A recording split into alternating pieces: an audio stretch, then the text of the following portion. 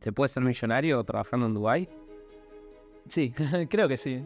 Entré a Kavak y en los 2 años que estuve ascendí 5 veces. Y yo quería más, ¿entendés? La realidad es que era muy difícil pedir más, pero yo sentía y quería más. Lo que se respira es que cualquier laburo que entras podés crecer, si trabajás bien vas a poder crecer y todo el mundo tiene como esa mentalidad muy clara de crecimiento y es la value proposition de Dubai. Gente de todo el mundo en una ciudad. ¿Qué hacen ahí? ¿Por qué está toda esa gente ahí? Creo que todos están buscando un sueño parecido, todos quieren crecer, toman la decisión de irse de su país para otro lugar, para vivir mejor, para tener una mejor carrera. Toda persona que vive en Dubái es una persona que ya tomó la decisión de irse de su país a otra cosa, ¿no? Entonces ya eso hace que el promedio de gente esté con una mentalidad distinta y se respira por todos lados.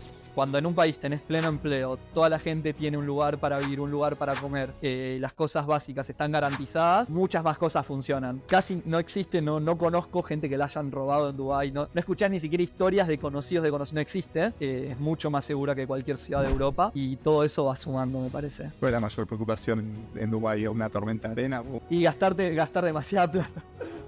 Lo que tiene Dubái es que siempre puedes ir a más. Siempre puedes gastar más. O sea, cuando vas a un lugar, puedes pedir el combo chico, mediano, grande y después tenés el combo ultra grande y el combo premium que sale De oro. exacto, básicamente. En Dubái no tenés nunca ese límite. No importa lo que ganes, te puedes llegar a gastar todo tu ingreso muy fácil.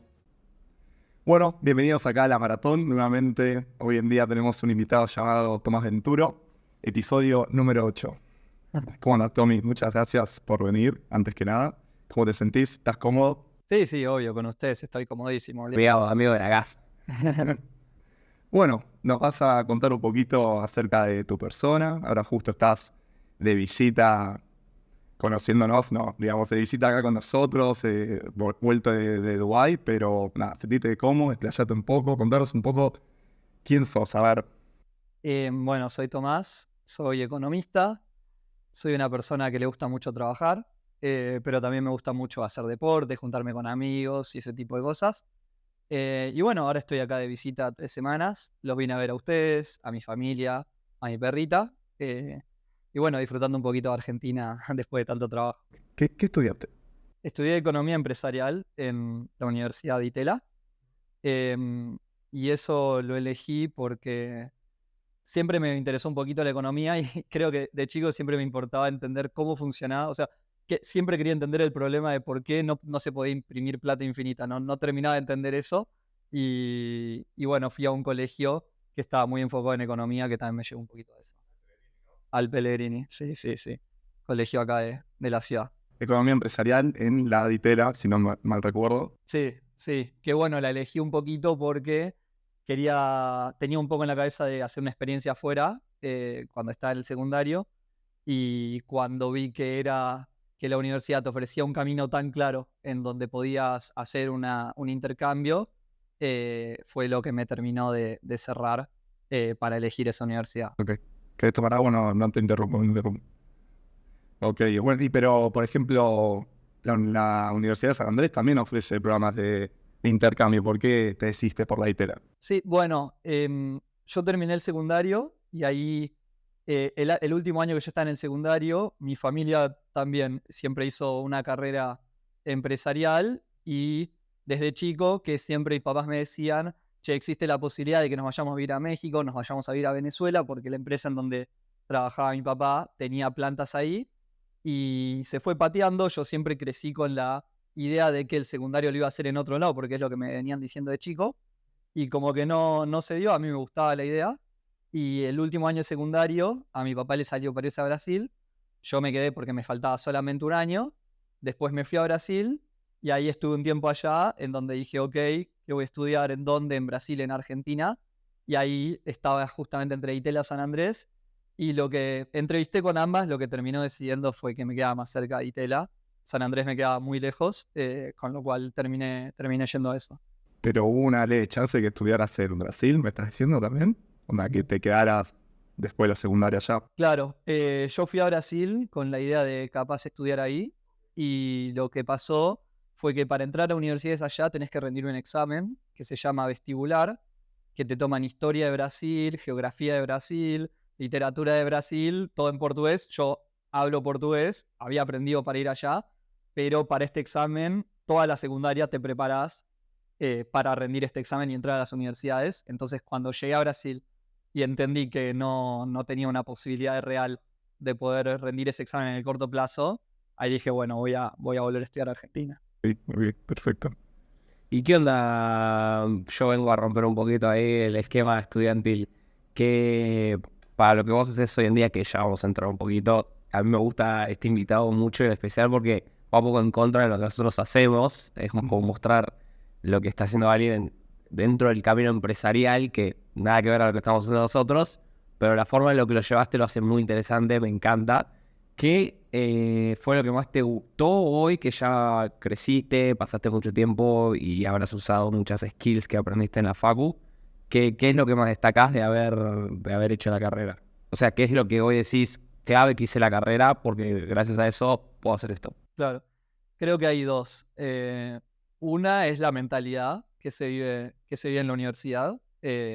Todo el mundo está pensando todo el tiempo qué hacer y todo el mundo piensa y sueña un poco en grande, y eso te ayuda mucho a dirigir un poco hacia dónde querés ir. Te muestran claros distintos caminos de tipo de carrera, como vos decís, Nacho, empresarial, emprender o hacer distintas cosas, pero como que hay un camino claro o te muestran un poquito el camino para todos lados y siempre con una cabeza de pensar en grande, o sea, de realmente llegar a un lugar que uno dice, hizo una linda carrera, digamos, ¿no?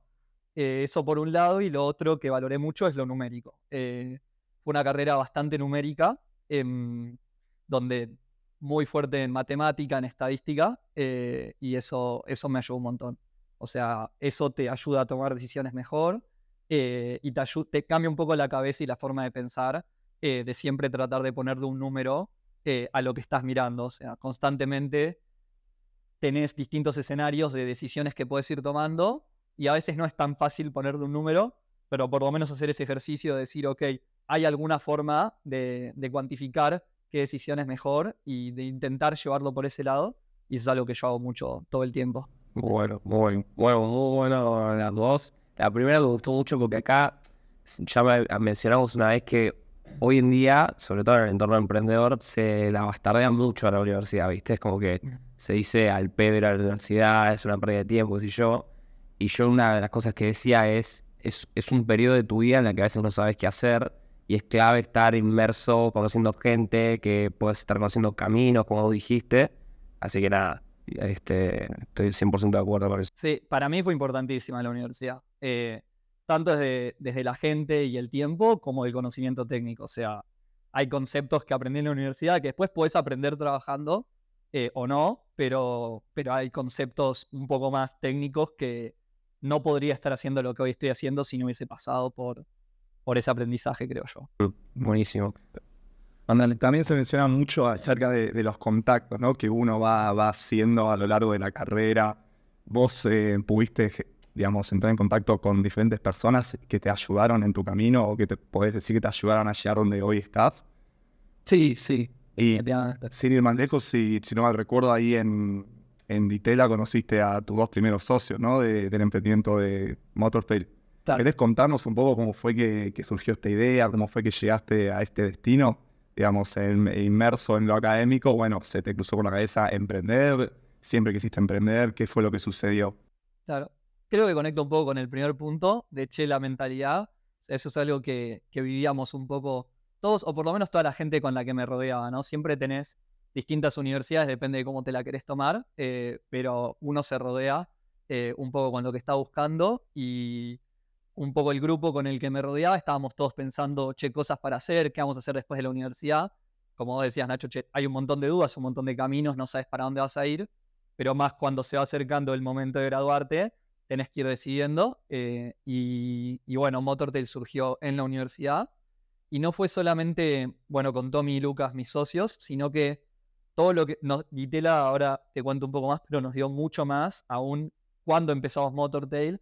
Empezamos a buscar gente que nos aconseje. Para mí la gente es clave, alguien con más experiencia que en 5 minutos, 30 minutos, el tiempo que te dé, te puede salvar años de aprendizaje, y para mí eso fue importantísimo. Pero yendo un poco más a lo de Tommy y Lucas, nada, charlando en la universidad sobre posibles negocios. Acá en Argentina siempre está esto de que las cosas por ahí llegan un poco más tarde, entonces podés ver un poco hacia el exterior y siempre traer las ideas, que lo hace aparte todo el mundo que sea intercambio, vuelve, che, esto existe acá, ¿por qué no existe?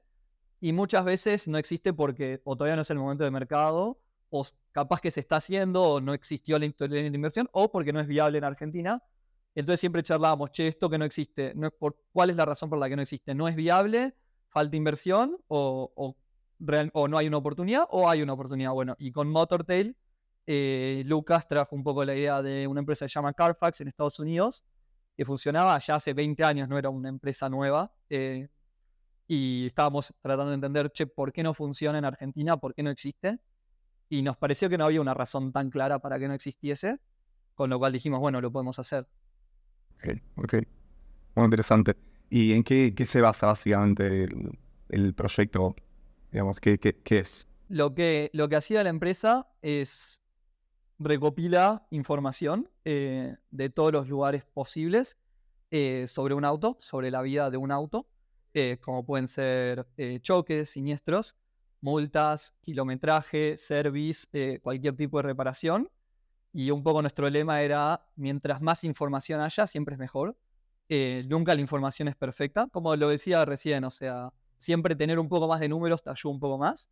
Por más que no tengas el número exacto, nunca vas a llegar a esa perfección, pero mientras más tengas es mejor. Y lo que tratábamos de construir era, con todos los puntos de información disponibles, o todos los que podamos conseguir, a partir de eso generar un reporte por patente de auto, y con eso la idea final era que un vendedor de auto pueda usar nuestro informe para mostrar que su auto está en buen estado, pero para llegar a eso, que para eso necesitas más datos positivos, como pueden ser un service, o un arreglo, o un kilometraje, si vos no cambias los kilómetros, tenés que pasar por otro camino, que nosotros al principio teníamos datos negativos, como puede ser un choque, y ahí se usa de otra forma, y eso es lo que tenía de bueno en el modelo, que en vez del vendedor mostrarlo, el comprador que está buscando varios autos puede pedir los informes para tratar de entender si hay algo que no está viendo, ¿no? Entonces como que empezamos primero por el lado de los datos negativos, que era lo que más fácil pudimos conseguir,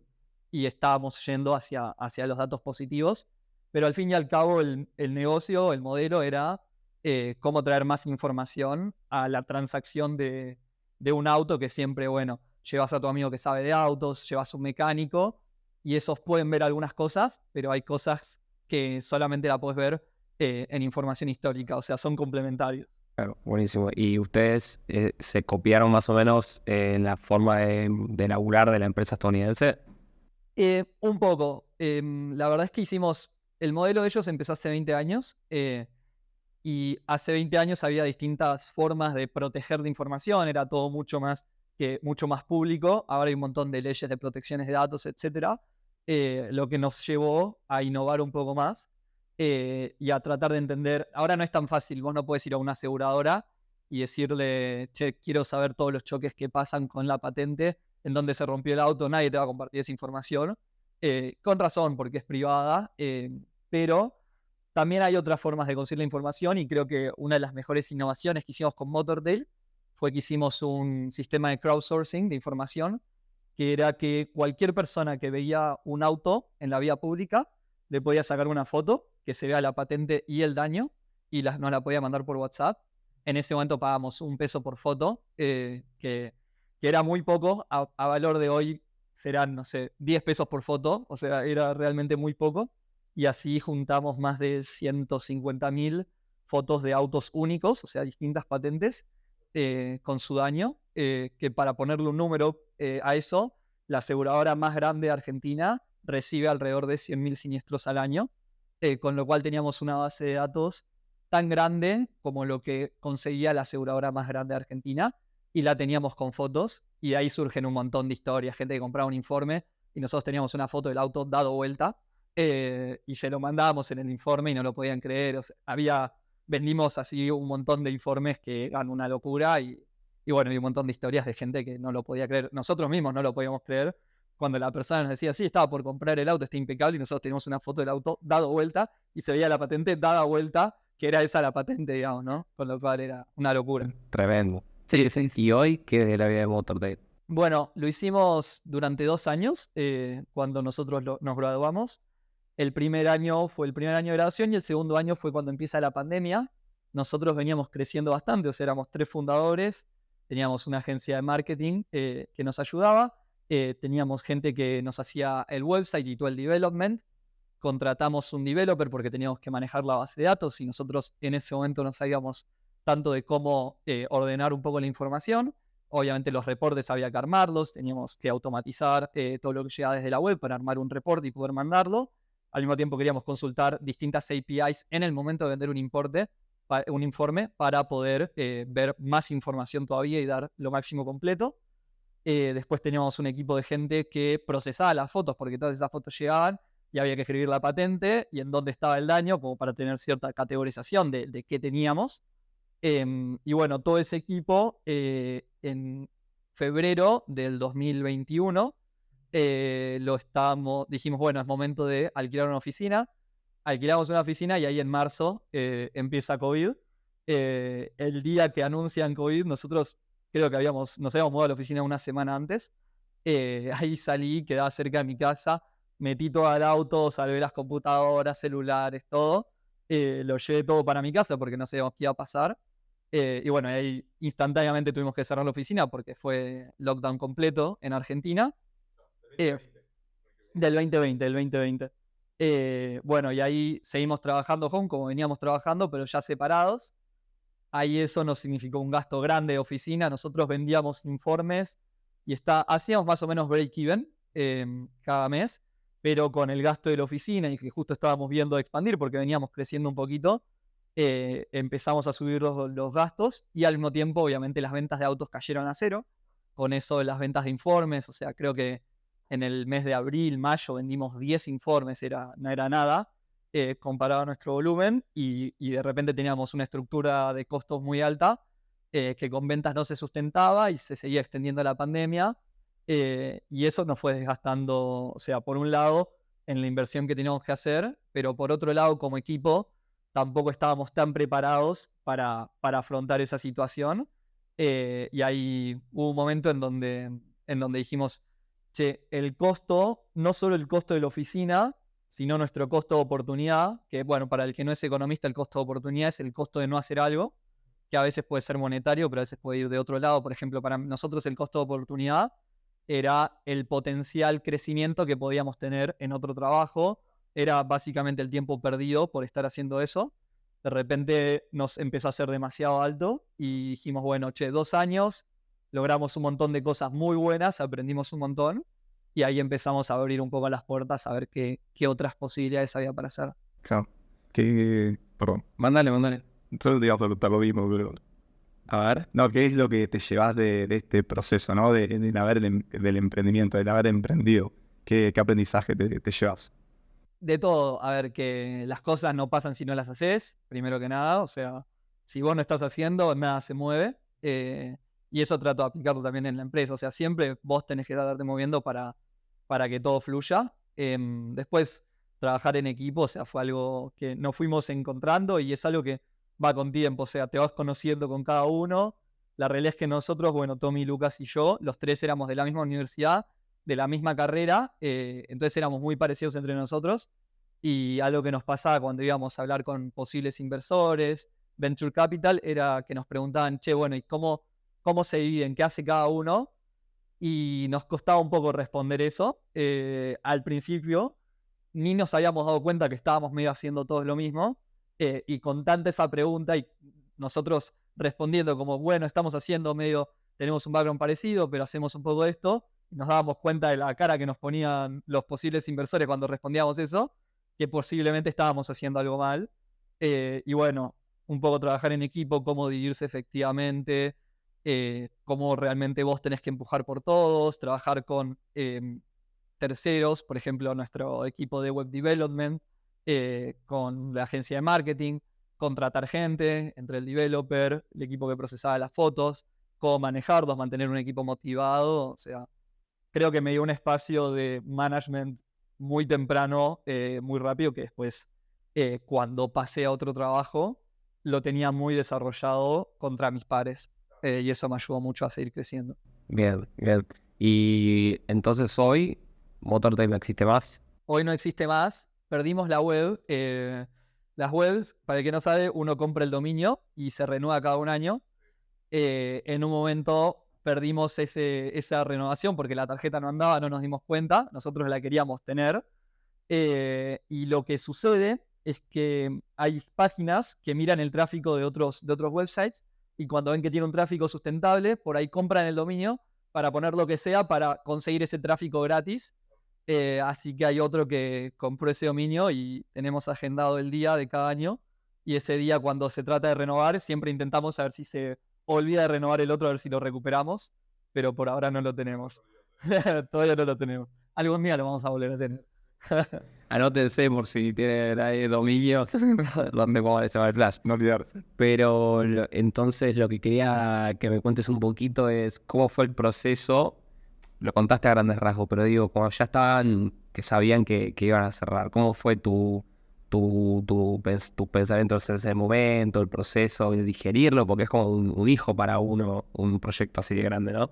Sí, lo cuento como una decisión de un día para otro, pero la realidad es que fue un proceso de meses. O sea, uno creo que desde el día uno que emprende ya empieza a replantearse, che, estoy haciendo está bien lo que estoy haciendo, tengo que hacer otra cosa, con lo cual ese proceso lo tenés siempre en la cabeza.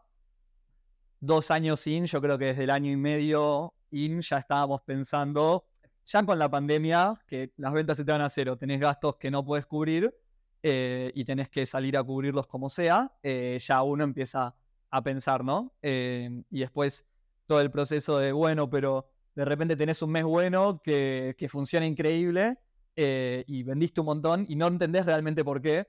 Y después tenés un mes malo, pero decís, uy, pero si todos los meses fuesen como este, nos está yendo bien y si crecemos un poquito más, de repente tenemos algo que realmente funciona. Es una montaña rusa, pero es un proceso de meses y es una decisión que nos costó tomar.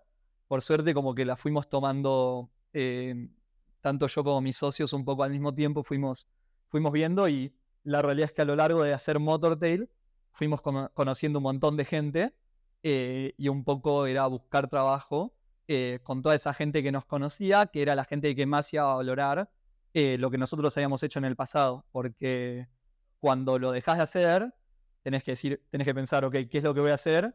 ¿Y cuánto va a valorar la gente lo que yo hice? Porque tenés un CV no tan convencional, ¿no? Entonces ahí lo ideal es contactar con gente que puede darle valor a lo que vos hiciste y no con gente que por ahí no conoce el proyecto y no lo valore como tendría que ser o como nosotros considerábamos que tenía que ser. Bien, muy claro, buenísimo. ¿Y en algún momento se te ocurrió saltar a otro emprendimiento, seguir por el mundo emprendedor o siempre la premisa fue, bueno, ahora me quiero meter en una empresa? Mira, yo creo que no en ese momento, porque un poco background mío de mi vida, yo siempre me imaginé entrando en una empresa y laborando toda mi vida. ¿Por qué? Porque tanto mi papá y mi mamá hicieron ese camino y yo, de hecho, había hecho una pasantía en una empresa y yo ya me veía por ese camino y fue un poco inesperado para mí emprender, especialmente recién salió de la facultad. Y ahí, cuando estábamos cerrando, dije, bueno, ahora quiero probar un poco el otro mundo. Ya te va desgastando un poco emprender. Y yo creo que es algo que por ahí va así. Y hay gente emprendedores seriales, que les gusta hacer, hacer, hacer. A mí un poco lo que me pasaba es que quería tener un poco de estabilidad en mi vida. Quería tener también un ingreso mío y realmente poder manejar un poco mis cosas, acomodarme.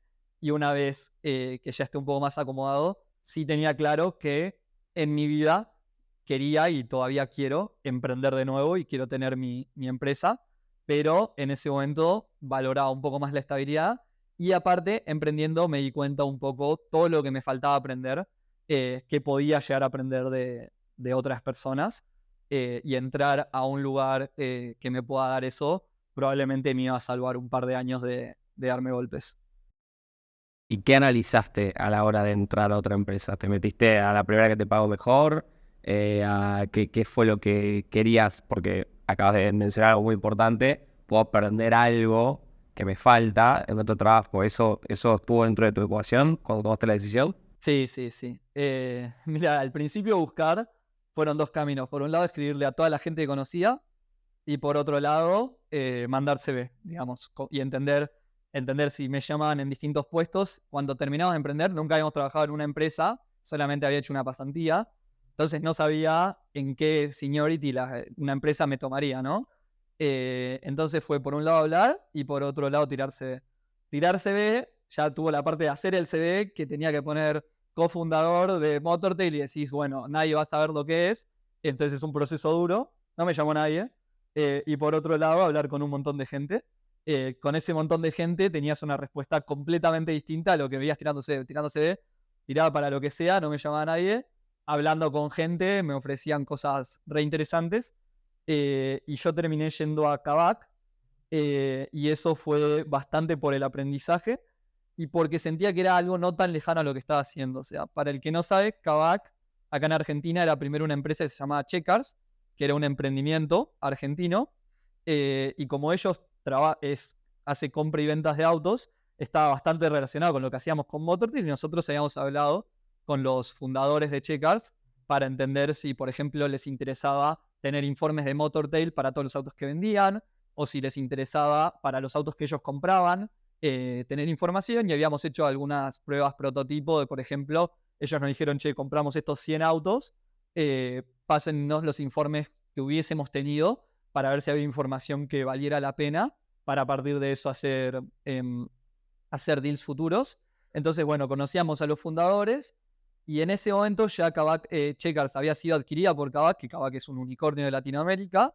Entonces me junté como para entender qué es lo que pasaba, y lo que me pasó es que el día que me juntaba, ese día a la mañana, me levanto, abro las noticias y estaba la noticia de que Kavak había levantado $400 millones en una ronda y que planeaba invertir fuerte tanto para crecer Argentina como para mercados de Latinoamérica, con lo cual fui casi que regalado porque se acaban de levantar 400 millones, estaban creciendo a full y fui a que me cuenten un poco cuál era el plan de lo que quería hacer la empresa acá.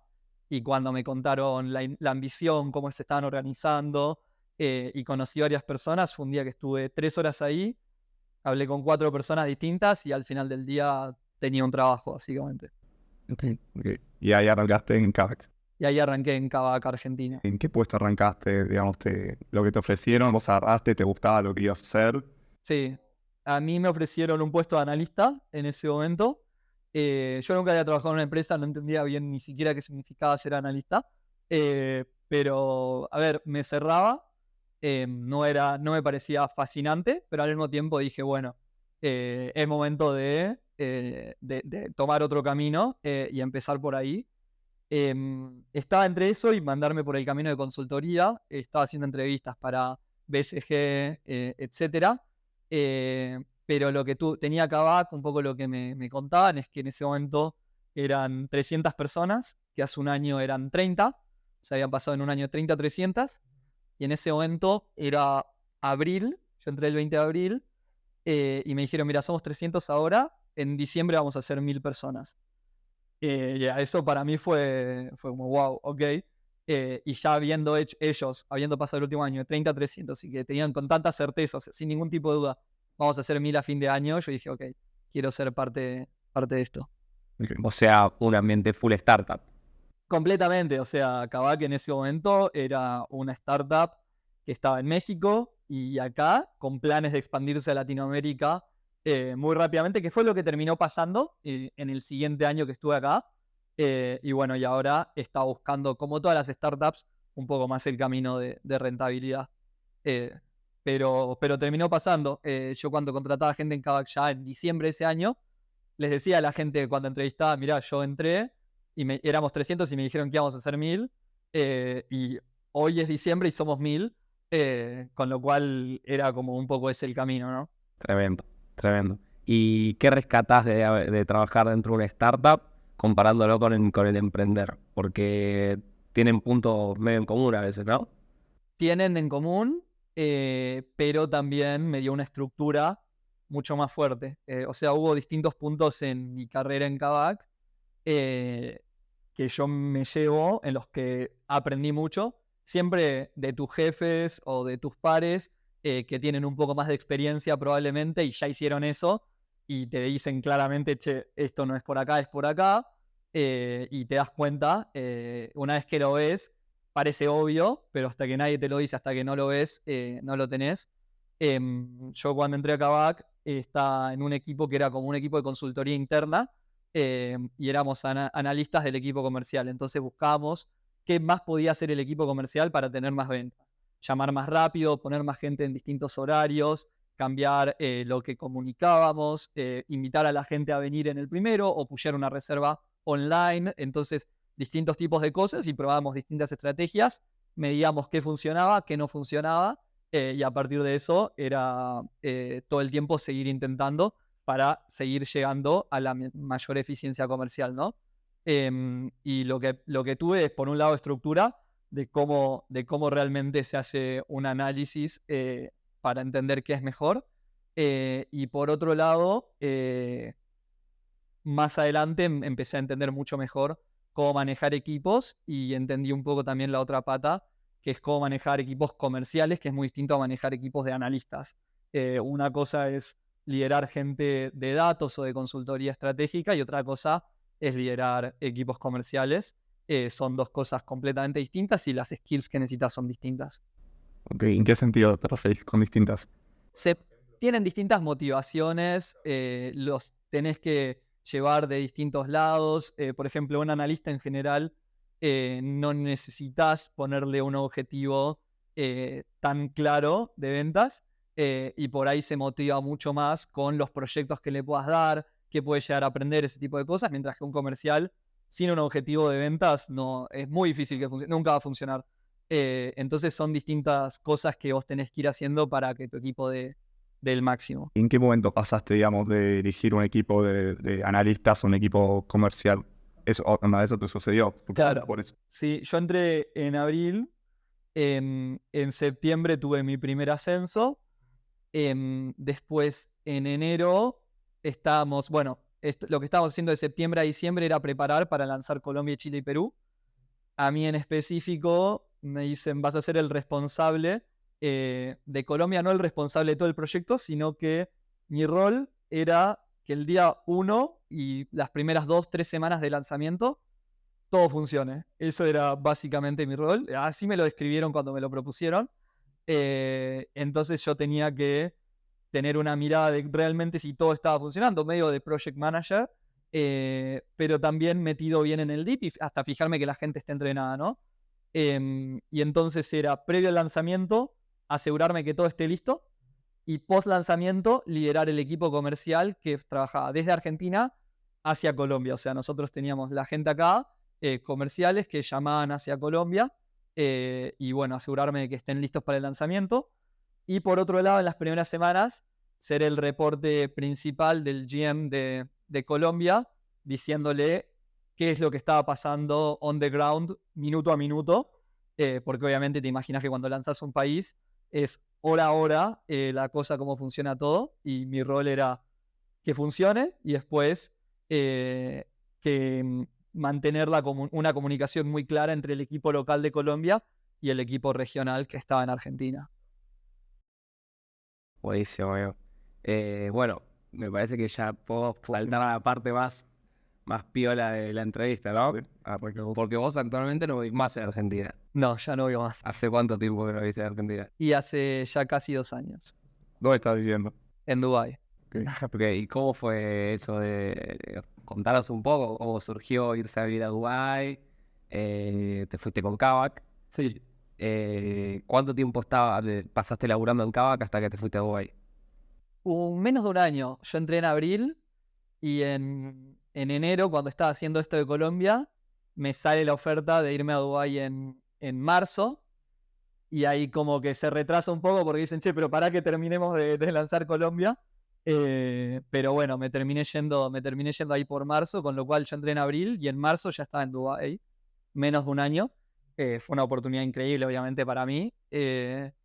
Y un poco lo que iba a hacer a Dubái era llevar todo el aprendizaje que habíamos tenido de todas las cosas que hicimos bien y todas las cosas que hicimos mal y cómo hay que hacerlas bien si empezásemos de cero. llevar todo eso a Dubái, que Kavak estaba lanzando en el mercado de Medio Oriente, con una estrategia muy parecida. O sea, yo dije que Kavak había adquirido Checkers en Argentina.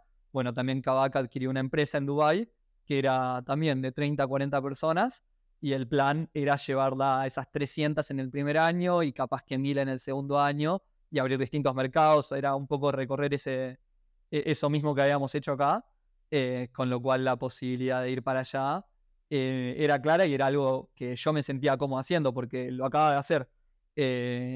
Y lo mejor de todo, creo, de eso, es que iba con un scope más grande. Acá había empezado de analista y a partir de eso fui creciendo.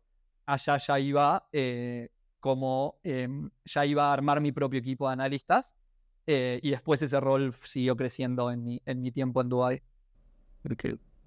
¿Y cómo fue tomar esa decisión de más apuntando a la parte emocional dentro de tu cabeza? Cuando te dicen, che, te vas a Dubái, ¿ni pestañaste? Y lo único que me hizo dudar un poco era que había adoptado una perrita. Y dije, bueno, ¿qué hago con Olivia? Pero la realidad es que no la pensé tanto. Hablé, obviamente, con tanto mi jefe como los jefes de mis jefes y el fundador que me había traído a Kavak en un primer momento. Traté de hablar un poco con todos.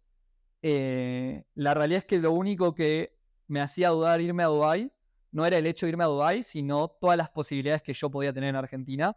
El costo de oportunidad, lo que había hablado antes. El costo de oportunidad que yo veía ahí es que yo había pasado un año en Argentina, me conocían todos, la gente me daba buen feedback, me decía que trabajaba bien, y que estaban todos contentos con mi performance, y por eso salía también la oportunidad. Pero al mismo tiempo la duda que tenía de Dubái era, che, vamos, toda esta gente no va, o sea, toda la gente que me conoce y todo esto que construí en este tiempo, lo dejo de tener, y tengo que empezar de cero. Tengo que ver si les gusta también mi laburo allá, si se labura de la misma forma, si voy a tener buen fit. Pero más que nada, o sea, yo tenía un camino de crecimiento rápido en Argentina y sabía que iba a tener que demostrar de nuevo. Yo acá sentía que ya había demostrado y que allá iba a tener que empezar un poco de cero. Y eso es lo que más me costó de la decisión, pero la realidad es que el hecho de Dubái y todo eso no lo dudé ni un segundo. Ok, entonces llegaste ahí y cómo fue el aterrizar en un país árabe, ¿no? Si no, onda, otra cultura. Llegaste ahí y ¿cómo te sentiste? ¿Qué fue? ¿Te sentiste como ese cosquilleo en la panza? Nosotros a veces hablamos de eso con Echito en los primeros capítulos cuando contamos nuestra experiencia, totalmente diferente, obvio, pero de vivir afuera, que tenés un poco de nerviosismo, extrañas un poco eso, ¿sentiste algo o ya estabas muy tranquilo de estar allá? Y llegué, y me acuerdo del día que salgo del aeropuerto. Cuando vos salís del aeropuerto de Dubái, salís al norte de la ciudad y el hotel que me habían dado era al sur y cruzás todo, es una avenida que la cruzás entera, y realmente pasás por una avenida que es un pasillo de edificios a tus dos costados que no termina nunca, altísimos, y ves todo lo que buscás de Dubái, o sea, el Burj Khalifa, el edificio más alto del mundo, todo lo vas viendo sobre esa avenida. Entonces te bajás del aeropuerto, te tomás el taxi y vas así mirando los edificios y es una locura, sentís que estás en el futuro y ahí te da un cosquilleo que ahora vivo acá, viste, salís a pasear y decís, che, toda esta gente vive acá, cómo es la gente de acá, etcétera. Y tenés un poco de eso. La realidad es que yo no fui solo a Dubái, había ido con un director de Kavak, que era el otro argentino que iba, que él me llamó para que vaya con él, y él estaba ya hace un mes y me ayudó mucho a acomodarme al principio. Pero la realidad es que yo ya había vivido en Brasil, me había ido de intercambio, entonces ya tenía un poco de experiencia viviendo afuera y casi que vivo solo desde que tengo 18, 19 años, con lo cual estaba acostumbrado un poco a todo eso ya. Ok. Buenísimo. Y sí, a mí me Hay cosas para preguntar. No, a mí me genera mucha... Sí, es muy... Tiene mucho contenido esto, pero digo, el choque cultural, ¿qué onda? Y hay un choque cuando ves a toda la gente usando hijab, o sea, están tapados, ese tipo de cosas. Yo no sabía, nunca había un país árabe. Dubái, por suerte, es lo más cercano a nuestra cultura dentro de todo el mundo árabe. O sea, Dubái, para el que no sabe, es una población de 95% expatriados y 5% emiratíes. No conoces emiratíes, no te los cruzás. Conoces todo el tiempo gente de afuera y eso genera un par de cosas en la cultura. Una principal es que nadie está en su casa, nadie se siente como en su casa y todo el mundo está en esa experiencia de estar conociendo algo nuevo. Lo primero que le preguntas a alguien cuando conoces a alguien en Dubái es de dónde sos, porque nadie es emiratí, no es que conoces a alguien, qué sé yo, le preguntas de qué país es y hace cuánto tiempo está en Dubái. Son las dos primeras preguntas que surgen en una charla. Y bueno, la realidad es que tenés muchísimas culturas chocando ahí, pero que funciona muy bien. La realidad es que es una ciudad fácil en el sentido en el que todo está al alcance de la mano, todo funciona rápido. Con el celular puedes pedir lo que quieras. La seguridad es extrema, o sea, no te puede pasar absolutamente nada en la calle. Es mucho más segura que cualquier ciudad de Europa. Y bueno, todo eso ayuda a que sea fácil. Y como la población es 95% expat, el proceso de hacer una visa, el proceso de alquilar un departamento, todo es muy fácil porque lo hacen para cada persona que llega al país, lo tienen que hacer. Entonces está aceitadísimo, funciona muy rápido, muy fácil, con lo cual todo ese sentido de Dubái fue fácil para mí. Sí tiene el proceso de la licencia de conducir, que es imposible. A ellos no les importa que vos sepas manejar, tenés que hacer el proceso de nuevo, o no les importa que sepas manejar en Argentina. Si sabes manejar en Europa, lo podés convertir. Pero si sabes manejar en Argentina, no importa y tenés que hacer 30 horas de clases y te enseñan a que le tenés que tocar la bocina a la gente para que sepan qué vas a pasar. Es complicado, ese fue un choque fuerte. Buen dato ese. ¿Y qué hace toda esa gente en Dubái? Porque a mí me genera muchísima curiosidad. O sea, siempre me contás esto mismo y digo, gente de todo el mundo en una ciudad, ¿qué hacen ahí? ¿Por qué está toda esa gente ahí? Creo que todos están buscando un sueño parecido. Todos quieren crecer, ¿no? Y por eso es que toman la decisión de irse de su país para otro lugar, para vivir mejor, para tener una mejor carrera. Tenés distintos casos. Tenés gente que se muda solo y manda plata para su familia en su país de origen. Gente que se muda con su familia y que se quiere quedar.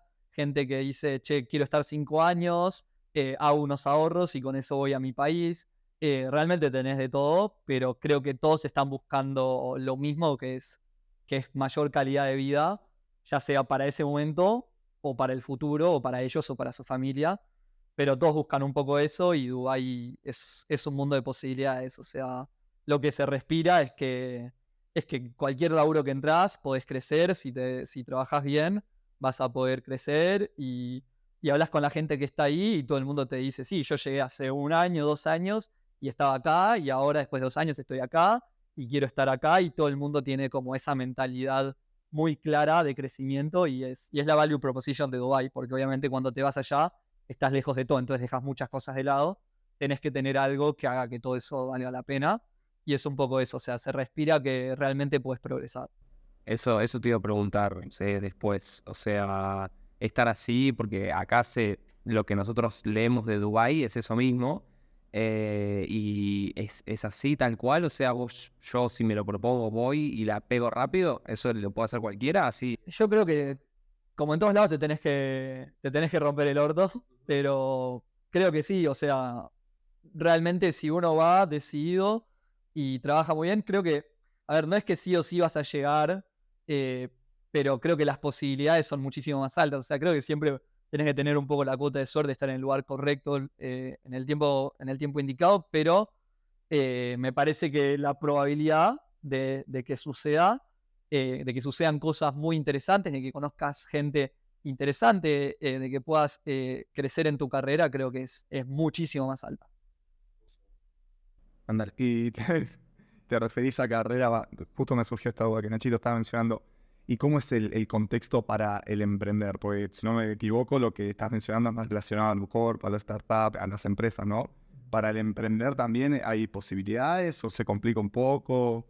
¿Qué pensás? No soy un experto porque no emprendí ahí y la gente que conocí está trabajando ahí, pero sí sé que tiene una gran estructura Dubái de tax-free zones, en donde crear una empresa es muy fácil, sale muy barato, no tenés impuestos, hay realmente una burbuja emprendedora grande en donde y hay un montón de gente que se dedica a eso. Yo no sería el experto, pero sí sé que existe y sé que muchísima gente va a vivir ahí porque es fácil hacer cosas, todo funciona, no existe que que alguien te saque plata, que ese tipo de cosas no existen. Entonces tenés un montón de barreras, ya sea del Estado, de otra gente, de terceros, que todo funciona. Puedes importar lo que quieras, puedes exportar lo que quieras, y obviamente todo eso ayuda a que sea más fácil.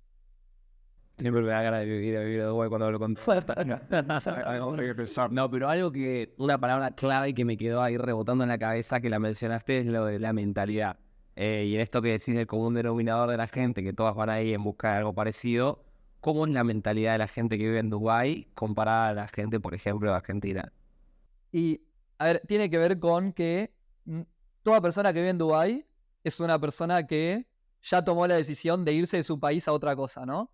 No tenés gente que nunca tomó esa decisión, no tenés gente que por ahí no le interesa y quiere estar tranquilo. Todo el mundo es gente que tomó una decisión de dejar su país por algo más. Entonces, ya eso hace que el promedio de gente esté con una mentalidad distinta y se respira por todos lados. O sea, obviamente tenés un montón de tipos de trabajo en Dubái y un montón de nacionalidades y un montón de gente que busca cosas distintas, pero todo el mundo tomó una decisión muy fuerte en su vida, que es no vivir más en su país de origen. Y eso se respira bastante. Y si alguien, digamos, quisiese ir ahora a trabajar a Dubái, ¿qué es lo que tiene que tener en cuenta? En primer lugar, digamos, porque vos me habías mencionado que puedes llegar con visa de turismo, ¿no? Por 3 meses puedes estar tranqui. Pero después ahí necesitas a alguien que sí o sí te sponsoree, ¿no? Para poder quedarte, ya que son todos expatriados. ¿Cómo funciona eso? Claro, para vivir en Dubái tenés que tener un trabajo básicamente, porque vos no podés tener una visa si no estás sponsoreado por un trabajo, o si tenés una inversión muy importante en Dubái, como puede llegar a ser una casa, que te pueden llegar a dar una visa por ser inversor en el país. Pero si no, no podés quedarte en el país y nadie puede, ningún pasaporte puede. Entonces lo que eso genera es que en Dubái hay pleno empleo, porque todo el mundo está ahí trabajando, no hay ninguna persona desempleada, no tenés gente viviendo en la calle, de hecho es ilegal vivir en la calle, porque todo el mundo está empleado y tiene que tener para vivir en un lugar, y si no el trabajo lo debería proveer. Entonces no hay gente viviendo en la calle, está prohibido pedir plata en la calle, por ejemplo, y hay cosas de eso duras y cosas de eso que realmente funcionan muy bien. O sea, cuando en un país tenés pleno empleo, toda la gente tiene un lugar para vivir, un lugar para comer, las cosas básicas están garantizadas, muchas más cosas funcionan. Obviamente casi no existe, no conozco gente que la hayan robado en Dubái, no escuchás ni siquiera historias de conocidos, no existe. Y todo eso va sumando, me parece. ¿Cuál es la mayor preocupación en Dubái? ¿Una tormenta de arena? Y gastar demasiada plata. Bueno, ahí toca un tema que yo quería sacar. Porque todo muy lindo, se gana muy bien, pero también es caro vivir en Dubái. Sí, lo que tiene Dubái es que siempre puedes ir a más, siempre puedes gastar más. O sea, cuando vas a un lugar, puedes pedir el combo chico, mediano, grande, y después tenés el combo ultra grande y el combo premium que sale De oro. Exacto, básicamente. Entonces vos siempre podés gastar. No hay forma de pedir ese, o por lo menos todavía no llegué a pedir ese. Y te pasa en todos lados. O sea, en Argentina creo que hay un punto en donde podés ir podés ir al mejor lugar de Buenos Aires, te podés dar el gusto y lo podés hacer. Pero en Dubái no tenés nunca ese límite. Y obviamente te vas juntando con distinta gente, tienen distintos trabajos. Hay gente que le gusta más gastar sus ingresos en alguna cosa, gente que le gusta más gastar en otra cosa. Hay gente que tiene más ingresos, gente que tiene menos. Y vos tenés que ir regulando un poco. O sea, no importa lo que ganes, o sea, te puedes llegar a gastar todo tu ingreso muy fácil. Y sí, eso hay un montón de historias de gente que pasa un par de años en Dubái. También es muy fácil tomar préstamos en Dubái.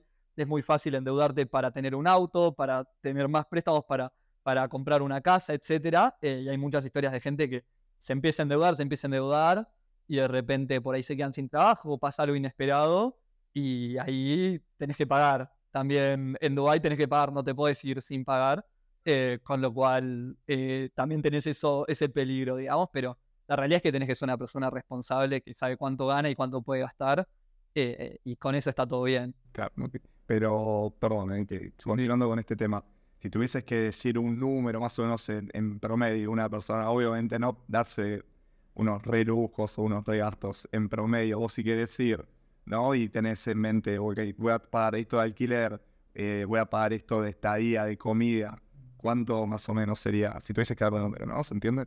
Sí. Mira, te doy un contexto y después te doy el número. No hay sueldo mínimo, con lo cual tenés gente que gana. Creo que lo menos que puedes ganar en Dubái son $600 al mes, algo así. Hasta gente que gana cientos de miles de dólares al mes, ¿no? Y entonces, si yo te digo, che, necesitas por lo menos $4.000 al mes para vivir bien, hay un montón de gente que no gana eso y vive en Dubái. Pero, a ver, si vos me decís, che, lo quiero comparar o querés poner una canasta y a eso le querés poner un precio, bueno, vivir en un departamento solo, poder comprar todo lo que querés comer, etcétera, salir una vez de vez en cuando, etcétera, yo creo que eso serían más o menos $4.000 al mes.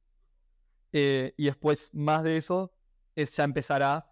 En Dubái se habla mucho de disfrutar Dubái. O sea, una cosa es vivir Dubái, otra cosa es disfrutar Dubái. Que es vivir en Dubái, es poder sobrevivir y vivir como vivís en tu país de origen. Disfrutar Dubái es. En Dubái hay muchas cosas muy increíbles que puedes hacer, que obviamente son muy caras. Y bueno, yo lo que pienso es que más de $4.000 empezás a tener ese ingreso para disfrutar todo ese extra. Ya. ¿Y $4.000 está al alcance de cualquier persona o hay que tener cierta preparación, ir con un... Sí, a ver, un analista como el primer trabajo que tuve yo gana alrededor de eso. Obviamente depende de la empresa, etcétera, pero ganaría $3.000, $4.000. Un analista, sí. Yo creo que un analista recién empezado, yo creo que puede ganar eso si consigue el trabajo correcto, obviamente, ¿no? Tenés analistas que ganan $1.000 al mes, pero podés ganar eso. Obvio. ¿Y se puede ser millonario trabajando en Dubái? Sí, creo que sí.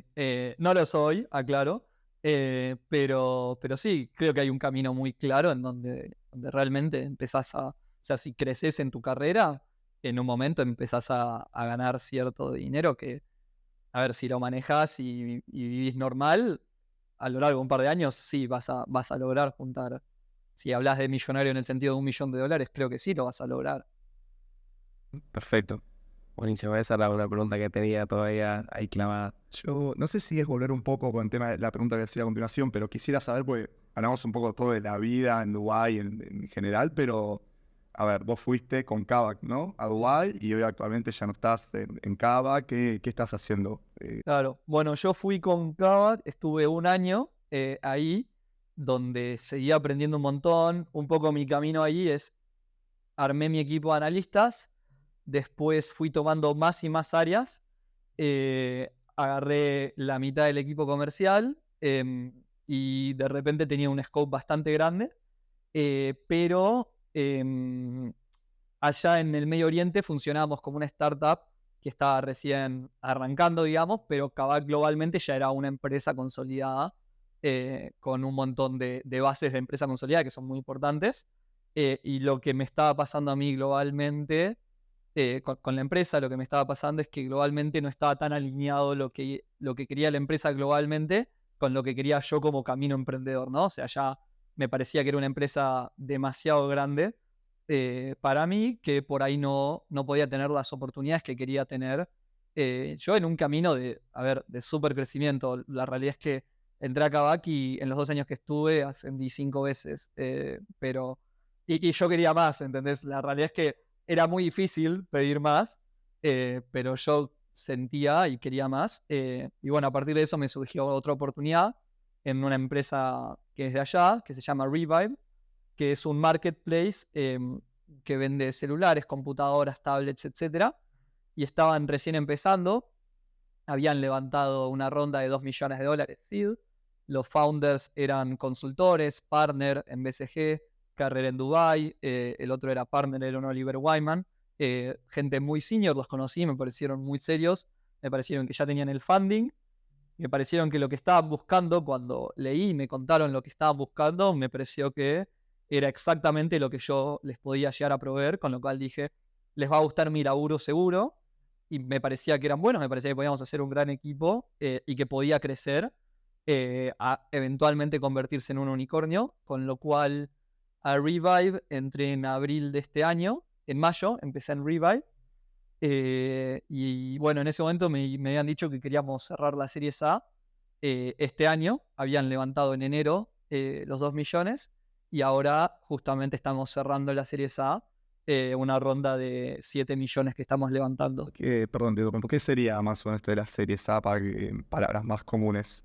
En general, el camino de startup, tenés distintas rondas de financiamiento donde vos vas levantando capital para poder invertir en crecimiento en tu empresa, porque en general al principio no sos redituable o querés crecer a un ritmo más rápido de lo que ser redituable te permite. O sea, quizás podría ser redituable vendiendo 5, pero vos querés crecer a vendiendo 100 y para eso no podés ser redituable, ¿no? Entonces lo que haces es levantar rondas de financiamiento y tienen un nombre que básicamente va por letras. O sea, la primera se llama Seed, y después empieza Series A, Series B, Series C, Series D, etcétera, hasta que eventualmente llega el IPO. No es que cada empresa tiene que levantar una Series A, después una Series B, una Series C, etcétera, pero así se denominan porque cada series tiene como su propio monto, que uno dice, ok, una Series A en general es de más o menos entre 2 y 10 millones de dólares, etcétera. Y así como que se van denominando. Perfecto, gracias. Excelente. Bueno, a mí todo lo que es la experiencia de Dubái me quedó muy clara. Me parece una locura total, te lo digo siempre.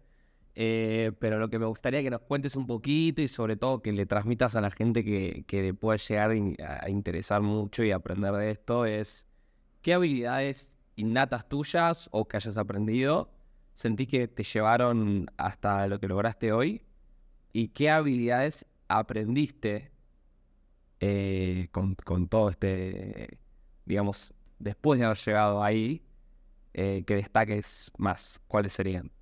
Mira, lo mejor que creo que tengo es que trabajo mucho. A eso no me refiero a, che, o sea, por un lado sí son muchas horas, pero por otro lado es que realmente me importa mucho lo que estoy haciendo, y casi que en todo momento estoy pensando un poco en lo que estoy haciendo. O sea, yo me levanto, ya desde el momento en el que me levanté estoy pensando las cosas que voy a hacer en el día, en qué es lo que tengo que hacer. En general se me ocurren ideas en la ducha. Siempre era gracioso porque yo ya desde Kavak, o sea, yo llegaba a la mañana y le tiraba 5 ideas a mi jefe porque todo cuando me bañaba a la mañana se me ocurría de todo y era el momento en que mejor pensaba. Pero creo que lo mejor que hice yo o que tuve yo es que siempre trabajé mucho, y di realmente todo lo que podía dar, tanto en mi emprendimiento como en Kavak. En Kavak yo era el primero que llegaba a la oficina y el último que se iba en una oficina de cientos de personas. Y el ser constante, o sea, eso todos los días, realmente dándolo de mejor de mí, sin quemarme, obviamente, si en algún momento sentía que era demasiado, sin quemarme. Pero creo que eso es lo que más hice yo.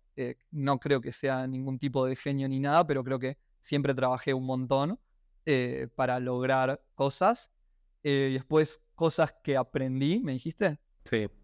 Cosas que aprendí es, creo que un poco estructurar todo lo que uno hace. O sea, creo que lo mejor que hago es realmente pasar de una idea a una acción, de forma rápida y de forma sostenida, que me refiero a que esa acción no suceda un día, sino que esa acción sea un cambio que quede para siempre, digamos, ¿no? Por ejemplo, cambiar un proceso, hacer que ahora esto sea de esta manera. A veces es fácil decir, bueno, che, ahora esto se hace, lo haces un día, qué sé yo, y después volvés a lo mismo. Entonces, ¿cómo haces para primero pasar de esa idea a ese proyecto realizado? O sea, que aprendí mucho a cómo estructurar y cómo lanzar proyectos, cómo comunicar a todos los stakeholders, a toda la gente que va a ser parte de ese proyecto, que ese proyecto los va a afectar, cómo hacer eso de forma eficiente y cómo, por un lado, medir, armar los KPIs necesarios para que te ayuden a entender si eso está pasando sin que tengas que ir vos a preguntarle a una persona, che, estás haciendo esto, sino que lo puedas ver un poco desde los datos. Yo en mi carrera siempre trabajé mucho con datos, y todo lo que hago le pongo un número después. Y a partir de eso, después tengo mi dashboard de números que me dice que todo está funcionando como creo que tiene que funcionar. Hermoso, hermoso. No sé si a vos te queda algo más para preguntarle. A ver. Yo el tema consejos, o sea, cualquier persona que te está mirando, grande, chica, que quiera parecerse un poco a vos, que la verdad que yo siempre te digo que te admiro y que sos un modelo a seguir, y lo que acabas de contar en la forma de laburar, y cualquier persona que escuche esto con atención va a tener un contenido muy valioso. ¿Qué consejo le darías a alguien que quiera arrancar una empresa y quiere escalar rápido o se quiere formar así como lo hiciste? Creo que es hablar con gente, tratar de conocer la mayor cantidad de gente posible, idealmente que estén en donde querés llegar, y que te aconsejen. O sea, una charla, lo que dije un poco al principio, una charla de unos minutos, una hora con alguien, por ahí te salvan años de pegártela. Con lo cual, para mí, cada persona que me dice, bueno, mismo con vos, que me contás un poquito de otro proyecto que estás haciendo, y a lo primero que te dije es, che, ¿probaste a hablar con estos o te trataste de juntar un poco y conocer gente por acá? O sea, creo que lo primero que se me viene a la cabeza cuando quiero hacer algo y tengo que entender cómo hacerlo es hablar con la mayor cantidad de gente posible que ya lo haya hecho o que haya hecho cosas similares y que te puedan dar ese ahorro de experiencia, y que puedas básicamente tener años de experiencia sin haberlo hecho nunca, y te ahorres mucho camino de aprendizaje. Para mí eso es lo más importante. 3 libros que quieras recomendar que te hayan ayudado mucho. Me quedo corto con 3, conociéndote. Mirá, el primer libro que más me gustó fue Pensar rápido, pensar despacio, de Daniel Kahneman, que es, para los que no lo conocen, es un psicólogo que fue el primer no economista en ganar un premio Nobel de Economía, porque entendió que la gente no son robots, entendió que la gente tiene emociones y toma decisiones con emociones, y te cuenta un montón de sesgos que tienen las personas al tomar decisiones, y al reconocer todos estos sesgos, te ayuda a tomar decisiones muchísimo más racionales, te ayuda a pensar un montón, y te ayuda a darte cuenta un poco lo boludo que sos, con lo cual fue un libro que realmente me cambió mucho la cabeza. Después, yo leo mucho biografías, trato de, bueno, lo que dije, o sea, trato de aprender de la gente que creo que ya logró o hizo cosas de las que quiero hacer, con lo cual trato de leer mucho de ellos. Ahora hace poco terminé el de Elon Musk, que es un libro largo, son casi 700 páginas, pero es interesantísimo. O sea, lo escribió una persona que lo siguió a Elon Musk 2 años seguidos, estando en las reuniones, y cuando lo lees, la sensación que me dio a mí es que no puedo creer que esto esté escrito y sea información pública. O sea, sentía que tenía una cámara dentro de las salas de reuniones de Elon Musk y que era ilegal. O sea, realmente no entendía cómo podía ser accesible para cualquier persona leer todo lo que estaba leyendo. Así que ese libro también me encantó. Y el tercero, uno de Netflix, que se llama That Will Never Work, que significa eso nunca va a funcionar, que es que el primer fundador de Netflix, primer CEO de Netflix, estaba pensando en hacerlo, y él intentó hacer un montón de emprendimientos, y lo primero que le dijo a su socio, que hoy en día es CEO de Netflix, su socio, lo primero que le dijo cuando le contó de Netflix es That will never work, eso nunca va a funcionar. Y bueno, hoy en día Netflix funciona. Con lo cual, ese libro también es muy lindo. Lo voy a anotar, Voy a anotar. Muy bueno, buena data, buena data. Bueno, llegamos a un pequeño espacio publicitario, ya que estamos cerrando un poquito la entrevista. Como ya te habré contado y conté acá también, estamos lanzando un proyecto de pizzitas gourmet congeladas, que vos ya las has probado.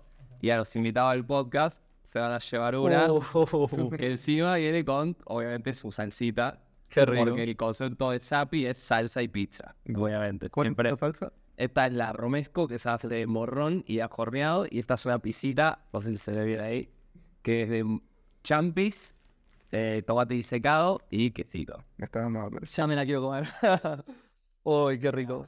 Mil gracias. Por participar. La verdad que, de nuevo digo, bajaste una info increíble. Si la gente se toma el tiempo de sacarle el jugo, hay mucho para aprender en todo lo que dijiste, en cómo te comportás, cómo analizar las cosas, cuando vas a afrontar una decisión. Me pareció increíble toda la data. Así que mil gracias de nuevo. Y lo último que te quería decir es, si querés que compartamos alguna red, por si alguien te quiere contactar, hacer alguna pregunta, lo que sea.